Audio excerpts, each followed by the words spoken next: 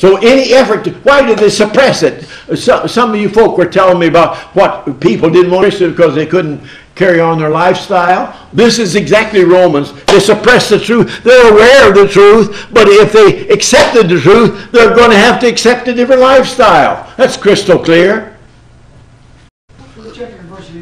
In Romans, the first chapter, and this happens to be in verse 17 of the first chapter of Romans.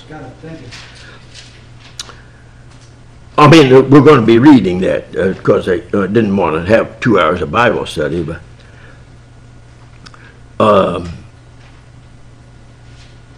Son is my witness to thee how unceasingly I made mention of you, he prayed. Always in my prayers making request. See, if you're an openness theologian, God corrects himself and he may or may not listen and all kinds of things involved in that material. But for as long as to see you in order that I may impart some spiritual gift to you that you may be established. Now, when you're established, you're in foundation. I think Jesus said, don't build on sand.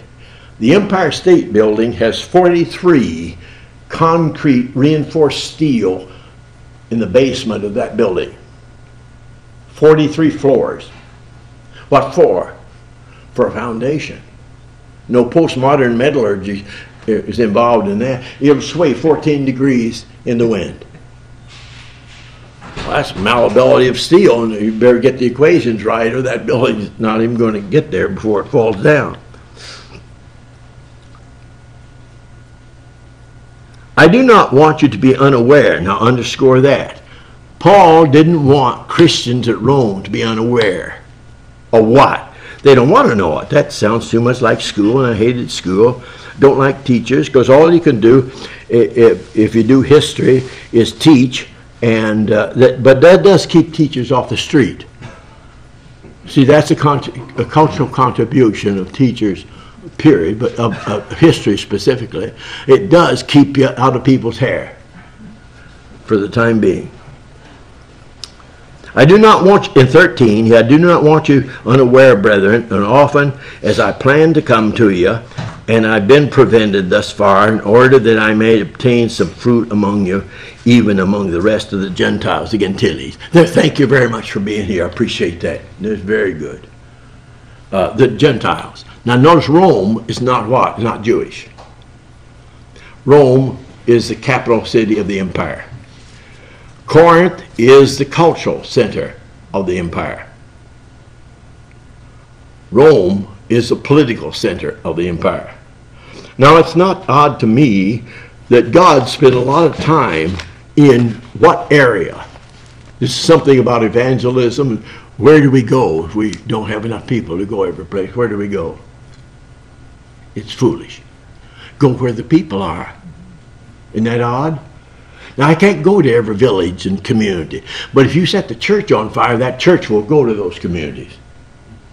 But if you think you're going to start something at Murdoch and Guinea Bend and Riola, well, you're going to have Dead Man's Gulch on you. You've got churches that are dying all over, see? And because it's too expensive to run them through the cemetery, well, they stay alive, but they're cadavers, theological cadavers. And then down to 16, for I am not ashamed of the gospel. Now, are we ever ashamed of the gospel? I'm not ashamed of the gospel. It is the power of God for salvation. And to everyone, now hear this, everyone who believes, present tense continues to believe. Everyone who keeps believing, to the Jew first and also to the Greek. Well, the Jew got it first, but they had 2,000 years to hear and they couldn't hear. They grew deaf. Like the message of great Isaiah, in the 6th chapter, he has a worship experience. He's told by God that Israel won't listen.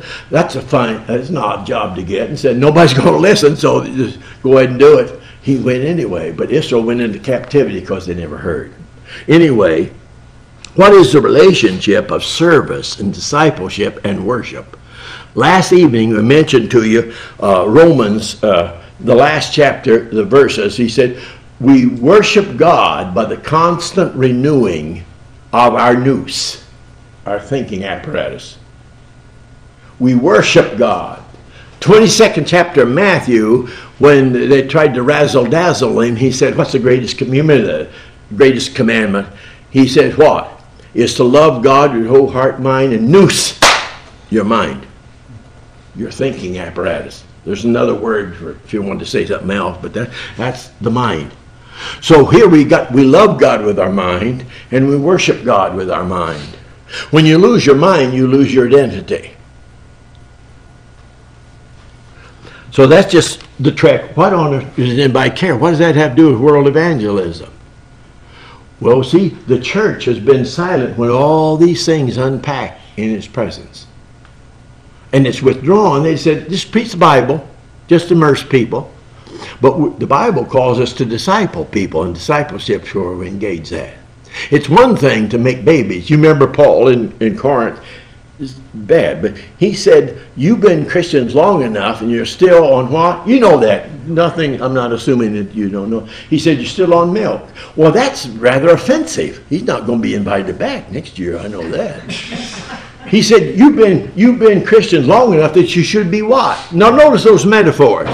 You should be eating the big stuff, but you're not, because you didn't grow. Well, what would happen in our lives if our children didn't what? If they didn't grow, would you say, oh, that's all right. Just every other child doesn't grow, that's all right. But it comes to the church, we don't pay very little attention, or I don't see churches pay attention to people not growing. We got babies all over. We're still on milk. I'm not opposed to milk, but you can't be a baby forever and grow. The biblical doctrine of growth makes that crystal clear. Discipleship is a witnessing learner. There's no such thing as just witnessing about what. I don't know, I just witness.